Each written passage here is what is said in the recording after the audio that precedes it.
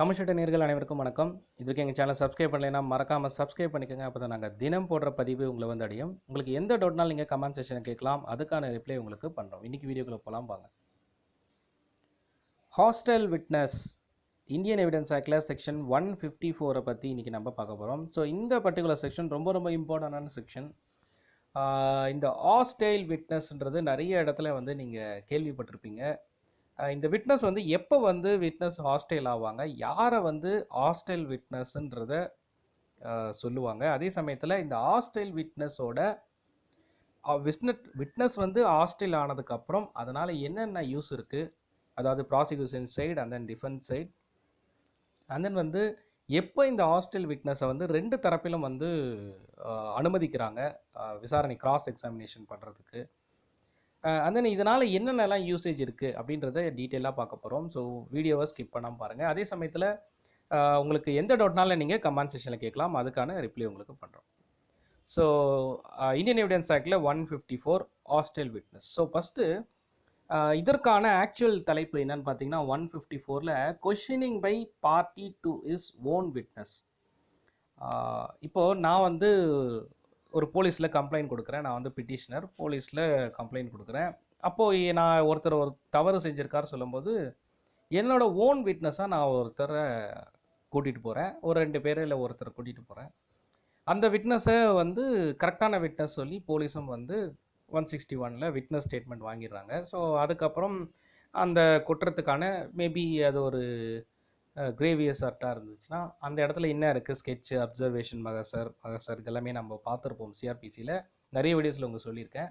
ஒரு தவறு நடக்கும்போது அதுக்கான ஸ்கெட்ச் இருக்கும், அதோட டீட்டெயில்ஸ் எல்லாமே. அண்ட் தென் வந்து இது எல்லாமே வந்து ஃபைனல் சார்ஜ் ஷீட்டில் கோர்ட்டில் சப்மிட் பண்ணதுக்கப்புறம் committal and then charge and then வந்து இனிஷியேஷன் ஆஃப் ப்ரொசீடிங்ஸ். இப்போ ஒன்ஸ் வந்து அக்யூஸ்டு வந்து நான் வந்து அந்த தவறை செய்யலை, ஐ எம் நாட் கில்ட்டி அப்படின்னு சொல்லும் போது ட்ரையல் இனிஷியேட் பண்ணுறோம். ட்ரையலில் வந்து ஃபஸ்ட்டு ட்ரையல் நடக்கும்போது ப்ராசிக்யூஷன் சைடில் இப்போ நான் முதல் பிட்டிஷனர், நான் கூட்டிகிட்டு போன விட்னஸ் வந்து வராரு ப்ராசிக்யூஷன் சைடில் நீதிமன்றத்துக்கு வரும்போது. அப்போது நீதிமன்றத்தில் பிபி வந்து ஃபஸ்ட்டு வந்து சீஃப் எடுக்கிறாரு. சீஃப் வந்து நம்ம ஆல்ரெடி பார்த்துருக்கோம். ஸோ ஃபஸ்ட்டு 135ல் பார்த்துருக்கோம். சீஃப் எடுக்கும்போது அந்த விட்னஸை விசாரிக்கும் போது விட்னஸ் வந்து போலீஸ் ஸ்டேஷனில் சாட்சி சொல்லியிருக்காரு. ஆமாம், நான் அந்த குற்றம் நடக்கும்போது நான் வந்து பார்த்தேன், நான் அங்கே தான் இருந்தேன்னு சொல்லி ஒரு ஸ்டேட்மெண்ட் கொடுக்குறாரு. பட் கோர்ட்டில் வந்ததுக்கப்புறம் பிபி அவர்கள் கேட்கும்போது அவர் என்ன பண்ணுறாரு, இம்மீடியட்டாக நான் வந்து இல்லை நான் பார்க்கலை அப்படின்னு சொல்கிறாரு. ஒன்று பார்க்கலைன்னு சொல்கிறாரு, இன்னொன்று எதுவுமே சொல்ல மாட்டேன்றாரு, இன்னொன்று அதுக்கு முரண்பாடாக சொல்கிறாரு. அப்போது மோஸ்ட்லி அந்த விட்னஸ் ப்ராப்பரான விட்னஸில் அதுக்கான ஆன்சர் கொடுக்கும்போது இப்போ தான் இந்த விட்னஸ் ஹாஸ்டைல். இப்போ ஏன்னா பிறர் சாட்சியாக மாறுகிறார். நான் வந்து ப்ராப்பரான விட்னஸ் சொல்லி கூட்டின்னு போய் அவரை வந்து ஒரு கம்ப்ளைண்ட் பண்ணும்போது போலீஸ் ஸ்டேஷனில் ஒரு விட்னஸாக கூட்டிகிட்டு போயிட்டேன். இப்போது அந்த விட்னஸ் வந்து எனக்காக ஒத்துழைப்பு கொடுக்கல, அவர் வந்து எந்த பதிலும் சொல்ல, எனக்கு தெரியுன்றாரு, தெரியலன்றாரு, முரண்பாடாக பதில் சொல்கிறாரு. இப்போ court concluded the witness is hostile. இந்த நிலையில் பிபி வந்து என்ன பண்ணுறாரு, இப்போ ஃபார் எக்ஸாம்பிள் இதே மாதிரி விட்னஸை அக்யூஸ் சைட்லேருந்து கொண்டு போயிருக்கலாம். அப்போது பிபி வந்து அவருக்கு சாதகமாக, பிட்டிஷனருக்கு சாதகமாக அவர் வந்து கொஷினை கேட்டு அந்த சாட்சிகள் வாக்கு மூலயமா இந்த அக்யூஸ் தான் குற்றத்தை செஞ்சுருக்காருன்னு சொல்லி நிரூபிச்சிருவார். இது வந்து பார்த்திங்கன்னா கிட்டத்தட்ட 2006க்கு முன்னாடி பிபி மட்டும்தான் வந்து அந்த ஹாஸ்டல் விட்னஸோட கேள்விகளை கேட்க முடியும். கோர்ட் ஆஃப் த பர்மிஷன் மூலயமா அவர் மட்டும்தான் அதை செய்ய முடியும். பட் ஆஃப்டர் 16/4/2006க்கு அப்புறம் 2006க்கு அப்புறம் இதில் வந்து என்ன பண்ணாங்க, அந்த ஹாஸ்டைல் விட்னஸ் ஆகும்போது ரெண்டு தரப்பினரும் அட்வர்ஸ் பார்ட்டியும் அந்த ஹாஸ்டைல் விட்னஸை கேள்வி கேட்கலாம். அண்ட் தென் வந்து அட்வர்ஸ் பார்ட்டின்றது கிராஸ் அக்யூஸ்டு சைட், டிஃபென்ஸ் சைடில், ப்ராசிக்யூஷன் சைட்லேயும் வந்து அந்த பார்ட்டியை வந்து கொஷின் பண்ணிக்கலாம். இப்போது யார் வந்து கூட்டிகிட்டு வந்திருந்தாலும் ஓன் விட்னஸை அந்த விட்னஸ் ஒர்க் ஆகாமல் ப்ராப்பரான ஆன்சர் சொல்லாமல் அது வந்து ஹாஸ்டைல் ஆகும்போது அதை இன்னொருத்தர் பயன்படுத்தி இருக்கிறதுக்கு ஈஸியாக வாய்ப்பாத்து அவங்களே வந்து ஏற்படுத்தி கொடுத்துட்றாங்க. இப்போது விட்னஸ் ஹாஸ்டைல் ஆனதுக்கப்புறம் டிஃபென்ஸ் லாயரும் அவங்கள கேள்வி கேட்பார், பிபியும் வந்து கிராஸ் பண்ணுவார்.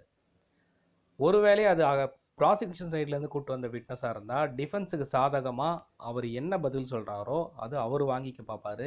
இல்லை டிஃபென்ஸ் கூட்டின வந்த விட்னஸ் அந்த மாதிரி ஆகிட்டாருன்னா ப்ராசிக்யூஷன் சைடில் அவங்களுக்கு சாதகமாக என்ன இருக்குன்றத பார்க்குறதுக்காக அந்த ஹாஸ்டல் விட்னஸை யூஸ் பண்ணிப்பாங்க. ஸோ இதுதான் இந்த பர்டிகுலர் செக்ஷனில் நான் முன்னாடியே சொன்ன மாதிரி இந்த 154 வந்து ரொம்ப ரொம்ப இம்பார்ட்டன்ட். பிகாஸ் என்னன்னு பார்த்தீங்கன்னா நம்ம நிறைய வந்து கேள்விப்பட்டிருப்பீங்க நீங்கள் ஜென்ரலாகவே ஒரு விட்னஸை வந்து நம்ம கடைசி வரைக்கும் அந்த விட்னஸை வந்து நம்ப முடியாது. இவங்க வந்து ப்ராப்பராக ஆன்சர் பண்ணியிருப்பாங்க, இவங்க வந்து நமக்காகவே சாதகமாக இருப்பாங்கன்றது சொல்ல முடியாது. பிகாஸ் விட்னஸ் ஹாஸ்டைல் ஆயாச்சுன்னு சொன்னால் அந்த சமயத்தில் உங்களுக்கு கேஸில் மேபி அவர் தான் ரொம்ப இம்பார்ட்டன்ட் சாட்சியாக இருக்கும்போதும் அந்த கேஸில் வந்து ஈஸியாக வந்து ஆப்போசிட் பார்ட்டி ஜெயிச்சிடுவாங்க, யார் வந்து ப்ராப்பரான விட்னஸ் இல்லாமல் போகும்போது. ஸோ அதனால் இந்த விட்னஸ் ஹாஸ்டல் ஆயாச்சுன்னா ஸோ 2 பேரும் கிராஸ் பண்ணலாம். ஆஃப்டர் 2006 ஜஸ்ட் ரீகால் பண்ணுறேன், ஒரு விட்னஸ் வந்து ஹாஸ்டைல்னா அந்த விட்னஸ் வந்து பிறர் சாட்சியாக மாறிடுவார். அவர் வந்து ப்ராப்பரான ஆன்சர் கொடுக்க முடியாது, கொடுக்க மாட்டார்.